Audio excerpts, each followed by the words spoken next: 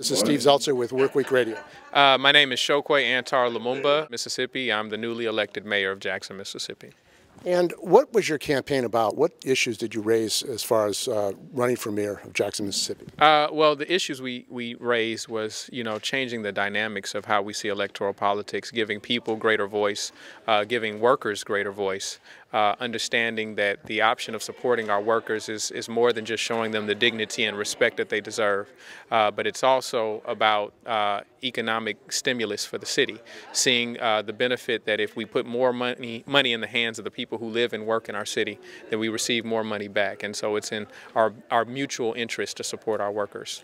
Now, the Trump administration is trying to push right to work all over the country. What has been the effect of right to work in Mississippi? And can you talk about the effort at Nissan of the UAW to organize a union? Right to work has created a haven of oppression in Mississippi, and it's not only exploitative of the state of Mississippi, but it creates conditions which are exploitative around the country. So long as we have those havens of oppression, it does not make for just employment circumstances around the country. It allows corporations to seek refuge in places like Mississippi where they can exploit workers, and that's what we see in the Nissan circumstance. And so, what happened there? Can you talk about what happened? I think it was a failure to really communicate to the workers the benefit of being unionized. I think that the workers want to be unionized, but they were intimidated. They were, told that they would lose a lot of privileges had they decided to unionize. Isn't that illegal? It is illegal. It is illegal, but we have to have a concerted effort to push against that and make certain that you have a state which is in support of the workers and does not allow for that illegal activity to take place. Well, do the corporations run Mississippi? They do, and they have. I think that we have to shift from a politics of economics to a politics of economics for the people and by the people, as opposed to economics by a few people for themselves. And that's what we've been seeing. And right to work, they claim that actually it's going to bring jobs and income and it's going to be better for people. You're saying your experience has been different. It absolutely is. It's the suggestion that if we unionize, that corporations will leave. I think Mississippi loses more revenue every year by a decision to have the stars and bars flying than because people decide to speak up for their work, their rights as workers. Now, the issue of racism and segregation, the NAACP has recently called for a moratorium on charters. What has been the effect of charters and privatization of education in Mississippi? It's been a detrimental effect. It's been robbing the public coffers, and the greatest gap between haves and have-nots is education. And so the charter schools, or the private institutions, the preparatory institutions, were established upon integration. And so now it's an effort to steal public funds in order to fund those private institutions and create a greater gap between haves and have-nots. Wasn't that the response of the segregationists to equal rights or equality, Scott versus Board of Education? I mean, that response was to set up vouchers and to get the money? It's recycling the same old tricks, ultimately, and so it's about how we fully fund education. If we set up charter schools, then we have about a little over 1,500, to 3,000 students that are in charter institutions around the state, where we have, hundreds of thousands of young folks that are in public institutions, and so we're failing to serve the masses. And so in Mississippi, we still don't see fully funded kindergarten programs. We're talking about pre-K around the country. Well, in Mississippi, we fail to fully fund kindergarten. Also, we're seeing public institutions where students don't have basic needs such as books in disproportion school district where funding is high.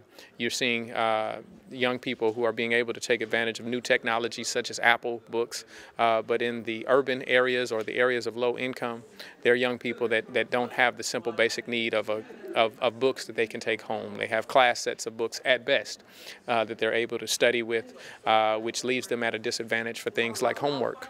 Is this racism? I think it is. I think it is, and so we have to rid it wherever we see it, and speak truth to power. We're for truth no matter who's telling it. We're for justice no matter who it's for or against. And the effect of right to work on teachers, organizing and teachers speaking out for their students. Do you think that Right to Work has affected the teachers in Mississippi? What you've seen is one of the weakest unions in the country, which also demonstrates the lowest wages in the country for workers, and some of the poorest results out of our educational system in the country. And so I think this all systemic. There's a nexus between it all. And so when we support the most noble profession, then I think that the results will indicate that, our support was well-founded. Now, the government, the Trump government and the Republicans are trying, and others, Democrats, I mean, Obama, were trying to somewhat support privatization and outsourcing. What do you think the response of people in this country should be, this effort to privatize everything and outsource jobs? I think privatization leads for an environment that is more exploitative of workers. There's a profit margin built into the decision to privatize for those private companies, and so do they pay off politicians? That appears to be the case. That appears to be the case. I don't have any direct knowledge, but that's the sense that I get. And so what we're trying to do in Jackson, Mississippi, is create a better balance between what we outsource and what we do in-house. We believe we need to do more work in-house, giving more opportunity, more resources, better pay to our workers, and also working in the financial benefit of our city. Now, there's been a national campaign, living wage, $15 an hour, and yet you have state legislatures who are saying we're going to prevent local communities from making a determination about what the living wage should be. What do you think about that, and what's happening in Mississippi with that? I think it's all of this is supportive of an oppressive regime, an oppressive mentality that does not benefit nor support workers, and does not ultimately support and benefit Mississippians as a whole. And President Trump, when he's talked to people about the black communities and guns and Detroit, I mean, these people all live in crazies, you know, people are killing each other. What is that? How does that strike you as a mayor of Jackson, Mississippi, that language? I think that it's highly uninformed. It's ignorant and irresponsible to make those statements, but I think we have to seize upon the opportunity to organize behind it. If we look through history, we find that the greatest organizer of all time is oppression.